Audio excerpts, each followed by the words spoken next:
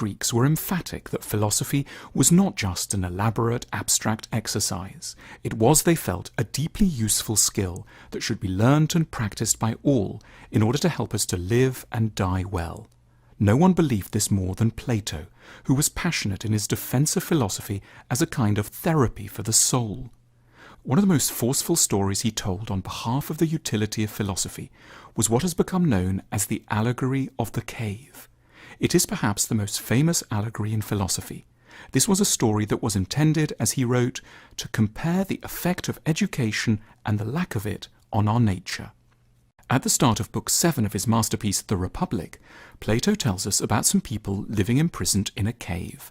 They've always lived there and don't know anything of the outside world. There is no natural light in this cave. The walls are damp and dark. All the inhabitants can see comes from the shadows of things thrown up on the wall by a light of a fire. The cave dwellers get fascinated by these reflections of animals, plants, and people. Moreover, they assume that these shadows are real, and that if you pay a lot of attention to them, you'll understand and succeed in life. They don't, of course, realize that they are looking at mere phantoms. They chat about shadowy things enthusiastically and take great pride in their sophistication and wisdom. Then one day, quite by chance, someone discovers a way out of the cave, out into the open air. At first, it's simply overwhelming. He is dazzled by the brilliant sunshine, in which everything is for the first time properly illuminated.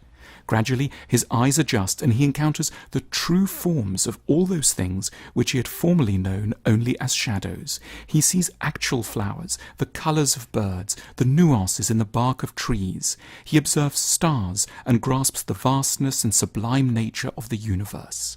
As Plato puts it in solemn terms, previously he had been looking merely at phantoms. Now he is nearer to the true nature of being.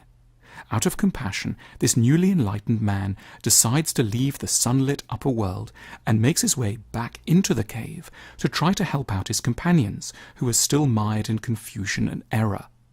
Because he's become used to the bright upper world, he can hardly see anything underground. He stumbles along the damp, wet corridors and gets confused. He seems to the others totally unimpressive.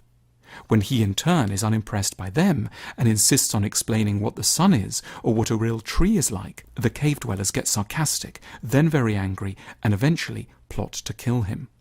The story of the cave is an allegory of the life of all enlightened people. The cave dwellers are humans before philosophy. The sun is the light of reason. The alienation of the returned philosopher is what all truth-tellers can expect when they take their knowledge back to people who have not devoted themselves to thinking. For Plato, we are all for much of our lives in shadow. Many of the things we get excited about, like fame, the perfect partner, a high-status job, are infinitely less real than we suppose. They are, for the most part, phantoms projected by our culture onto the walls of our fragile and flawed minds. But because everyone around us is insisting that they are genuine, we are taken in from a young age. It's not our fault individually. No one chooses to be in the cave. That's just where we happen to begin. We're all starting from a very difficult place. If, like the man in Plato's story, you bluntly tell people they're wrong, you get nowhere, you cause deep offence and may endanger your own life. Athens had, after all, recently put Socrates, Plato's friend, to death. Plato knew from close experience just what the cave dwellers might do to those who claim to know the sun. The solution, Plato says, is a process of widespread, carefully administered philosophical education, by which he understood the method of inquiry pioneered by Socrates and known to us as the Socratic method.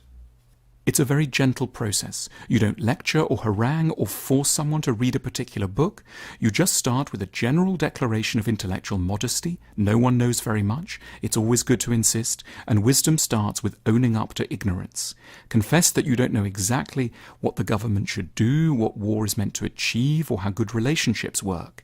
You then get the other person to say what they think, and gradually, together, you investigate the answers. Most likely, the other person will be confident, or rather painfully, overconfident. They may tell you it's all quite simple, really, and everyone knows the answer already. You must be supremely patient with this kind of bravado. If they go off topic, you must cheerfully double back. You must take a lot of time and be ready to have chats over many days. This method of talking is founded on a lovely confidence that with the right encouragement, people can eventually work out things for themselves and detect errors in their own reasoning if you carefully and quietly draw their attention to tricky points and don't cast blame or ever get annoyed. You never teach anyone anything by making them feel stupid, even if they are at first. We have all started in that cave, but it is Plato's deepest insight that we don't have to stay there, and the road out is called, quite simply, philosophy. This is the sun whose light we can follow, and by whose rays the proper nature of things can become clear. If you enjoy the